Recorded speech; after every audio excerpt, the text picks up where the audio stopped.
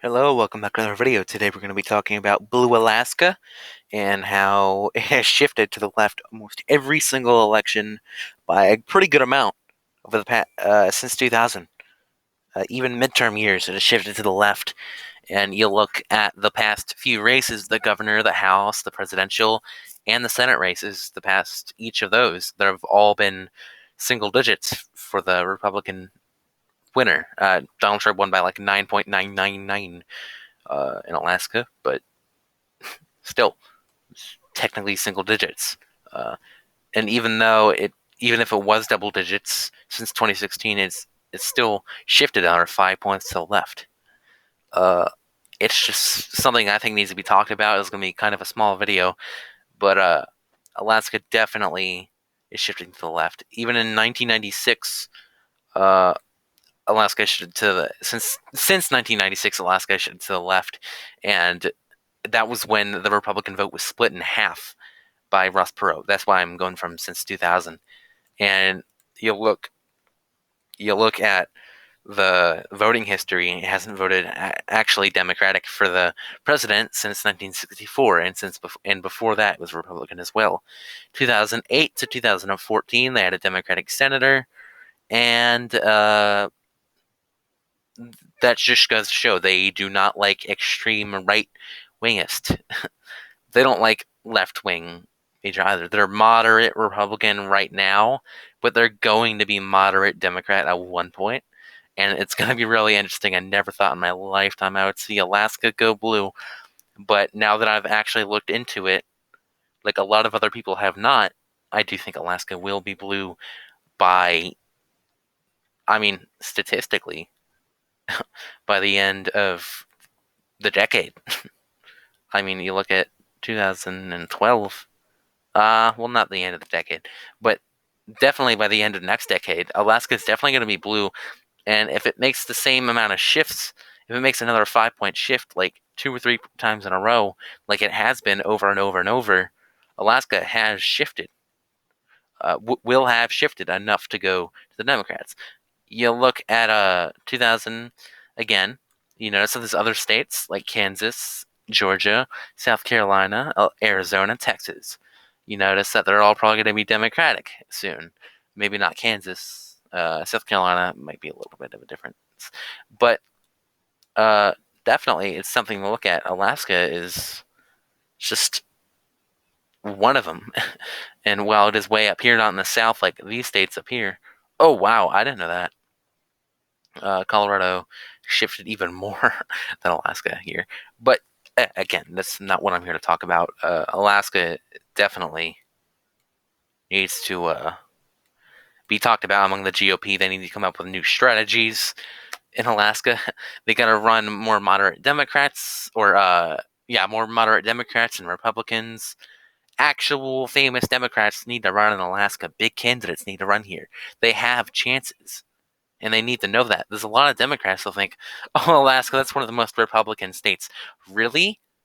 Uh, you want to look at the results? Well, I can't show you directly right now, but in 2020, Wyoming, 44 points for Donald Trump, uh, and West Virginia, 39 points for Donald Trump. Kentucky, 26, Tennessee, 23, Alabama, 26, Louisiana 19, Mississippi 17, Arkansas 28, 33 in Oklahoma.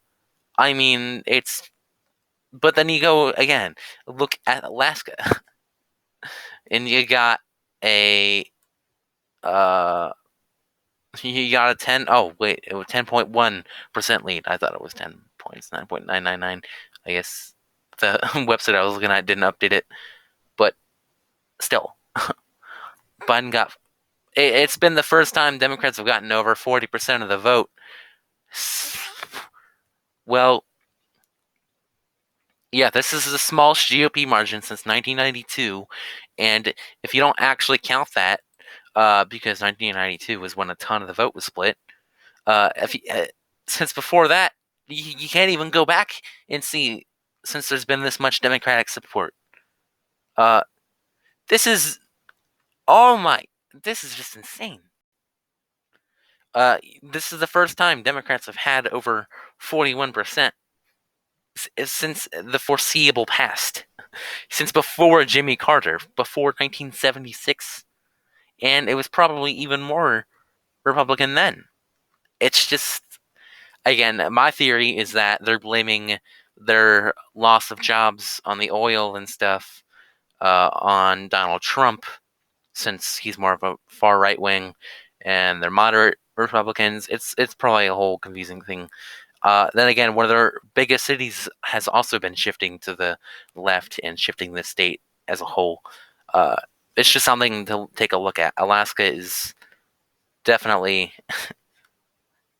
not that much of a huge win for the Democrats in the Electoral College, but it will make up for a lost state or two in some of the instances, and it will make up for their loss of West Virginia's Senate seat from Joe Manchin in 2024.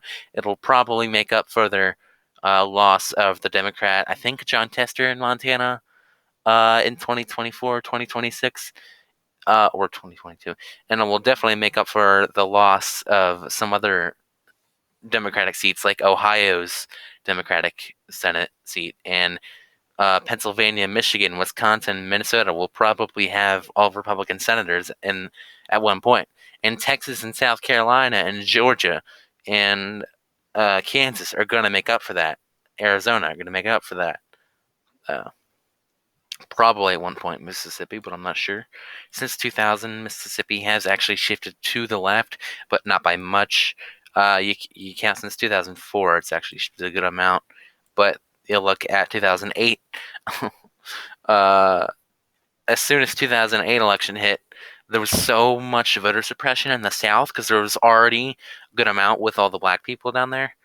That sounded, I don't know why I said it like that, but I don't know. It's definitely something people are going to want to look at. Just please pay attention to Alaska in the next elections, and pay attention to states like South Carolina and Kansas, etc. Texas, definitely. Uh, and I will be talking about Mike Pence running for 2024. He's laying groundwork already in one of the next videos, but not tonight. I'm tired. So good night.